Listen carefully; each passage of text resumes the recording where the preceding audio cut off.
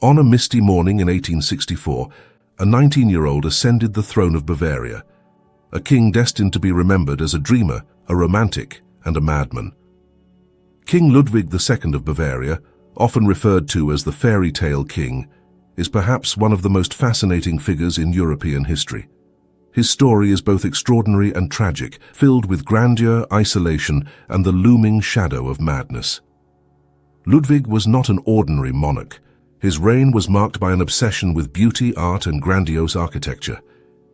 The iconic Neuschwanstein castle, nestled in the Bavarian Alps, stands as a testament to his fantastical vision, a real-life castle straight out of a dream, or perhaps a delusion.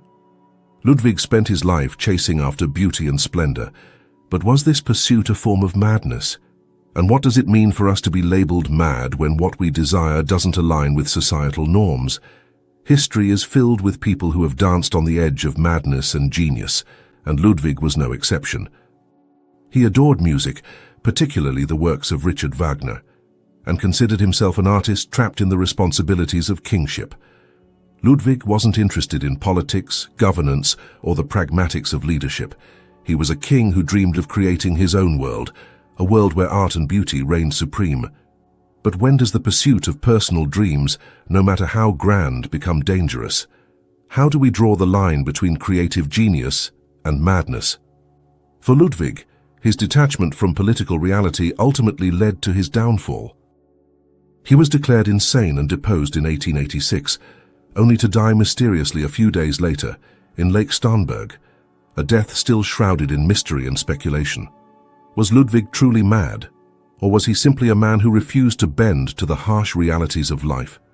This is where philosophy and psychology intersect, pushing us to question the very nature of what we consider madness. Is it madness to reject societal expectations, to dream bigger than your reality allows? Or is it madness to live a life bound by the mundane, never questioning the limits placed upon you by society? To understand Ludwig's psyche, we need to consider the cultural context of his time. He was a product of the Romantic era, a period marked by an obsession with emotion, individuality, and nature. Romanticism celebrated the idea of the tortured artist, the misunderstood genius who rejected societal conventions in favor of personal expression. Ludwig embraced this ideal fully. He was enchanted by mythology, the medieval past, and the beauty of nature. His castles, particularly Neuschwanstein, were physical embodiments of his romantic fantasies.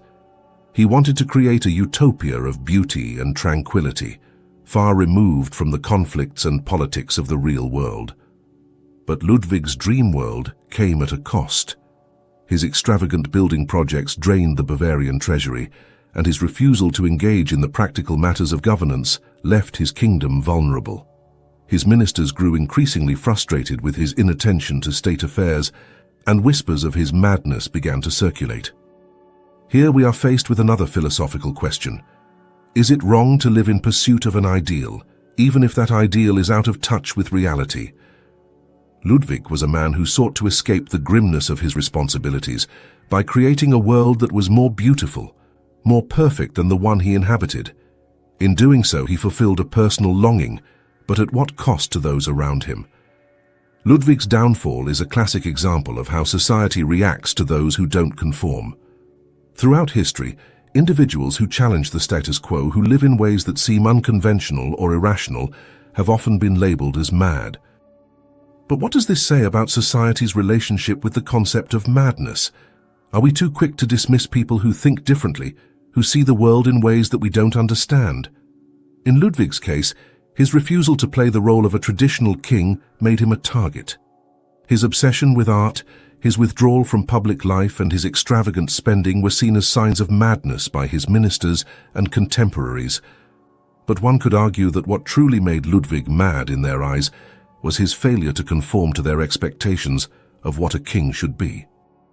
This brings us to a broader reflection on how we treat those who don't fit into societal molds. Why are we so uncomfortable with difference?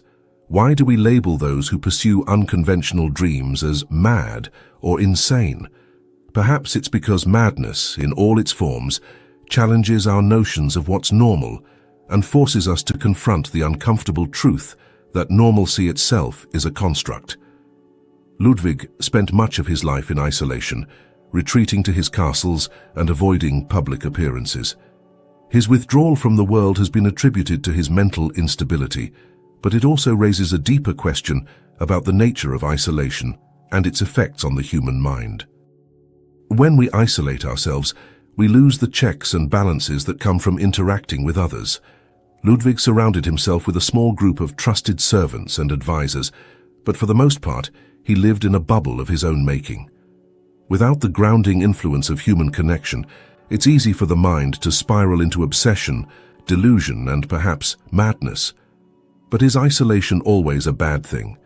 Many great thinkers, artists, and philosophers have sought solitude as a way to gain insight, to escape the distractions of the world and focus on their inner thoughts. Nietzsche, for instance, famously withdrew from society to write some of his most influential works. For some, isolation is a path to clarity. For others, it can lead to a dangerous detachment from reality. In Ludwig's case, his isolation may have exacerbated his mental instability, but it also allowed him to create some of the most beautiful and iconic castles in the world. So again, we are faced with the tension between madness and creativity. Can one exist without the other? Or are they two sides of the same coin? One of the most striking aspects of Ludwig's life is his obsessive personality.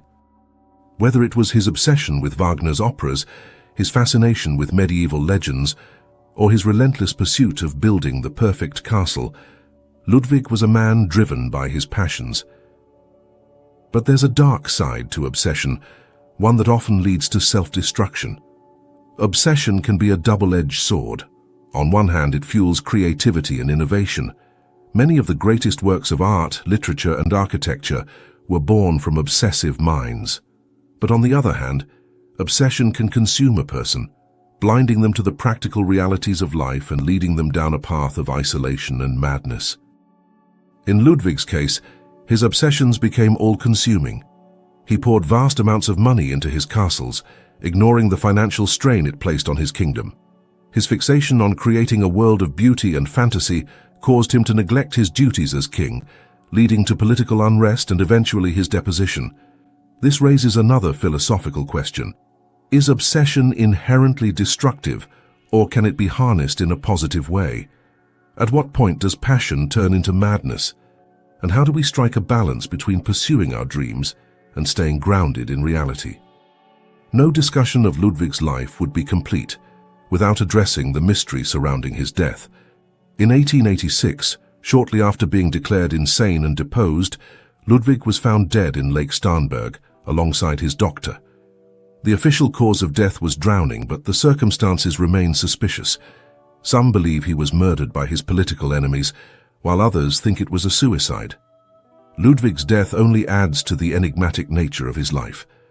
Was he truly mad, or was his deposition a political move by those who sought to take control of Bavaria? And if he did take his own life, what does that say about the pressures and isolation he faced in his final years?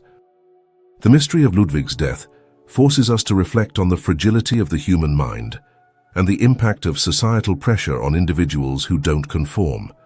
Whether he was murdered or took his own life, Ludwig's tragic end serves as a reminder of the dangers of living in isolation, disconnected from the world and its expectations. Today, Ludwig is remembered not for his political achievements, but for the incredible castles he left behind. Neuschwanstein, in particular, has become a symbol of fairy tale dreams, a place where fantasy and reality blur. It's ironic, perhaps, that the man who was declared mad for his obsession with beauty and art has left a lasting legacy that continues to inspire awe and admiration. But Ludwig's story is more than just a tale about the dangers of obsession and isolation. It's a story about the tension between reality and fantasy, between the mundane and the extraordinary. Ludwig refused to accept the world as it was, and instead sought to create a world that aligned with his ideals. In doing so, he became a figure who both fascinates and troubles us, a reminder that the pursuit of beauty and perfection can come at a great personal cost. So was Ludwig truly mad, or was he simply a visionary ahead of his time? This is a question that historians, psychologists, and philosophers continue to debate. Madness, after all, is often a matter of perspective.